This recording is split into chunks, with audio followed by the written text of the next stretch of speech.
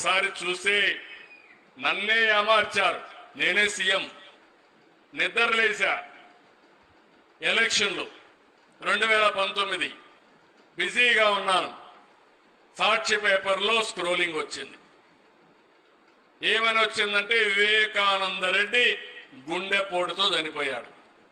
ఏం తమ్ముళ్ళు ఏమమ్మా మీరేమనుకుంటారు? పాపం అనుకుంటారు లేదా?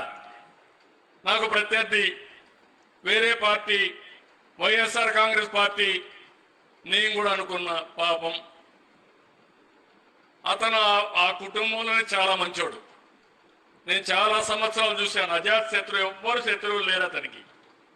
చనిపోయాడంటే బాధపడ్డాను. వీళ్ళు మాత్రం ప్రణాళికలు తయారు చేసుకున్నారు.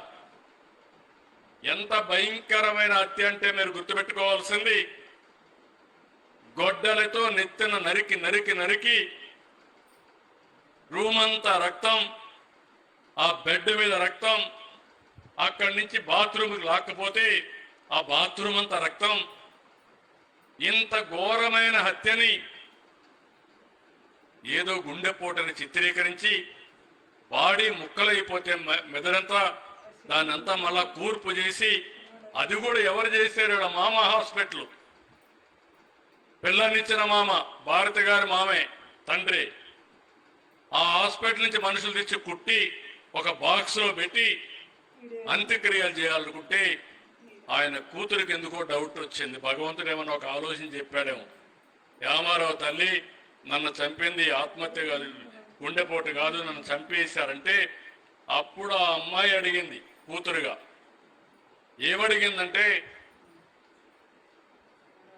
పోస్ట్ మార్టం చేయమని. అప్పుడు పోస్ట్ మార్టం చేయమంటే నేను కూడా చెప్పాను పోస్ట్ మార్టం చేయమన్నాను. అప్పుడు వాస్తవం బయట వచ్చింది. తల మీద గొడ్డలతో నరికారు, భయంకరంగా నరికారు, మెదడు బయట వచ్చిందని ఎప్పుడు రిపోర్ట్ వచ్చింది. ఇమ్మీడియట్ గా మాట మార్చేసి ప్రత్యర్థులు ఆయన చంపారని ఆ అమ్మాయిని కూడా కన్ఫ్యూజ్ చేసి ఆవిడ కూడా నమ్మింది, ఏదో అన్న చెప్తున్నాడని నమ్మి ఆవిడ కూడా నిజం అనుకున్నది. నిన్న చెప్తా ఉంది ఆవిడ. ఏం చెప్పిందో మీరు విన్నారు. ఇది చంపింది ఆదినారాయణ రెడ్డి, బీటెక్ రవి, సతీష్ రెడ్డి చంపారని రాసి పేర్లు రాసిచ్చి ఆవిడ కూడా సంతకం పెట్టమంటే నేను సంతకం పెట్టననింది. తర్వాత ఇద్దరు కూడా కోర్టుకు వెళ్ళారు సిబిఐ కావాలని. రెండవ రోజున నిద్రలేసి నారాసుర రక్త చరిత్రని సాక్షి పేపర్లో వేసి నా చేతిలో కత్తి పెట్టి శవం అక్కడ పెట్టారు. ఏమమ్మా మీరందరూ ఒప్పుకుంటారా? ఏం తమ్ముళ్ళు మీరు ఒప్పుకుంటారా అని అడుగుతున్నా. ఏమమ్మా మీరు ఒప్పుకుంటారని నేను అడుగుతున్నా. నన్ను 40 ఏళ్ళు మీరు చూశారా లేదా అని అడుగుతున్నా.